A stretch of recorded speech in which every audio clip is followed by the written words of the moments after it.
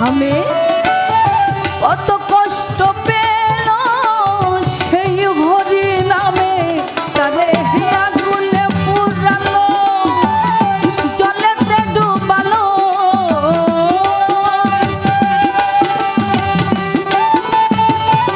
আমাদের ইব্রাহিম আলাইহিস সালামকে আগুনে পোড়ানো হয়েছিল, কিন্তু আগুন তাকে স্পর্শ করেননি। তিনি তার দয়ালের প্রতি, রব্বুল আলামিনের প্রতি তার বিশ্বাস ছিল।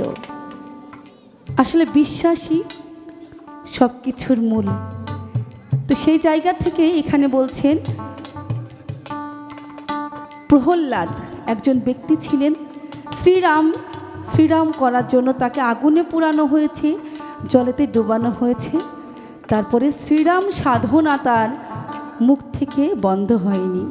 তাই তো লালন সাজি বলছেন তারে হেই আগুনে পোড়ালো জলেতে ডুবালো তবু না ছাড়িল শ্রীরাম সাধনা কারো রবে না এ ধন জীবন যৌবন। তবে কেন রে মন এতই বাসনা কারো রবে না এ ধন।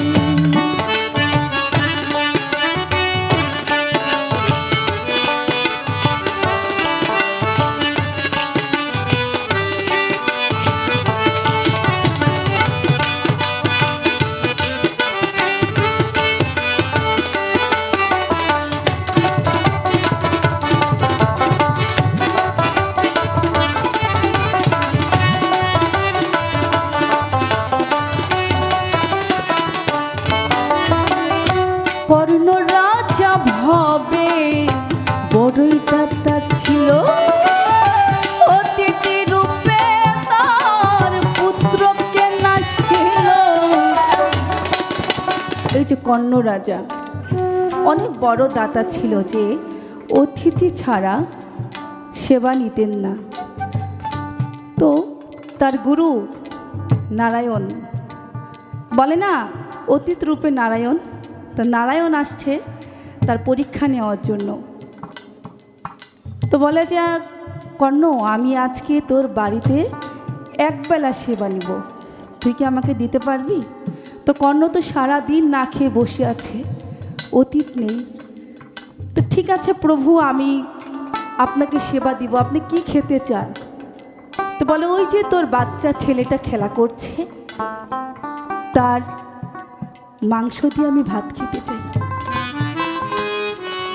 তখন বলে প্রভু এখানে তো অনেক মানুষ, আমার রাজ্যে অনেক বাচ্চা আছে, একটা মানুষ জবাই করে দেই আপনি খান।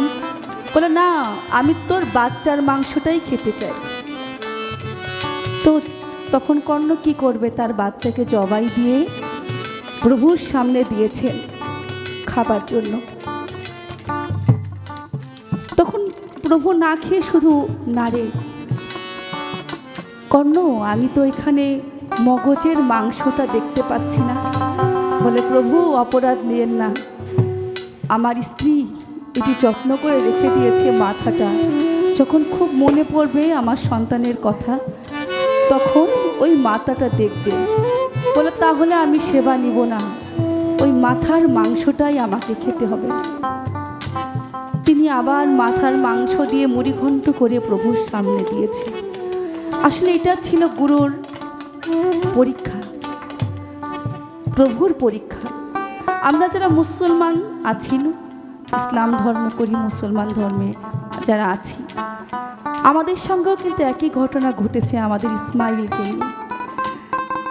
ইব্রাহিম আলাইহিস সালামকে পরীক্ষা করার জন্য রব্বুল আলামিন ইসমাইলকে কোরবানি দিতে বলেছিলেন, তার প্রিয় বস্তুকে কোরবানি দিতে বলেছিলেন, তার সন্তানকে কোরবানি দিতে বলেছিলেন।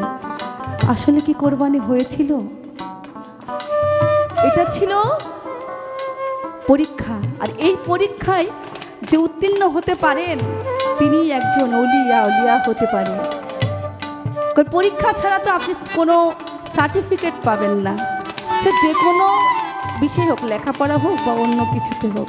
তাই গুরুর পরীক্ষাতে উত্তীর্ণ হলে সে হয় একজন সাধক, সে হয় একজন অলি আউলিয়া। তাই তো লালন সাহেবজি বলছেন, কর্ণ রাজা ভবে বড়ই দাতা ছিল, অতিথি রূপে তার পুত্রকে নাসিল। কর্ণ রাজা ভবে বড়ই দাতা ছিল, অতিথি রূপে তার পুত্রকে নাসিল। তবু কর্ণ অনুরাগী না হইল দুঃখী,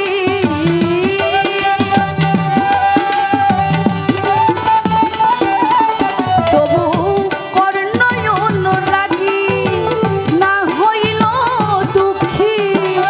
অতিথির মন করেন সান্ত্বনা, কারো রবে না এ ধন জীবন ও যৌবন। তবেই কেন রে মন এতই বাসনা, কারো রবে না এ ধন।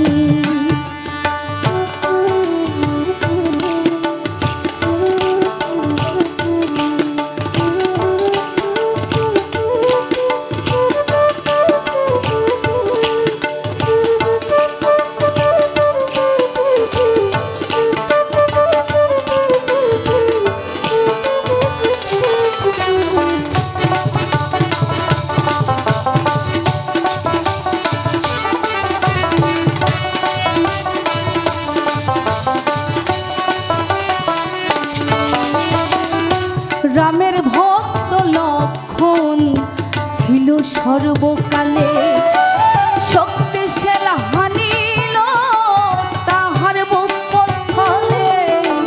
রামের ভক্ত লক্ষণ ছিল সর্বকালে, শক্তিশাল হানিল তাহার বক্ষস্থলে। তবু রামচন্দ্রের প্রতি লক্ষণ না ছাড়িল ভক্তি।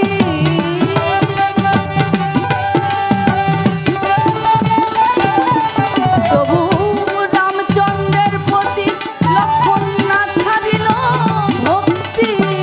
লালন বলে করো রে ওই বিবেচনা, কারো রবে না এ ধন জীবন ও যৌবন।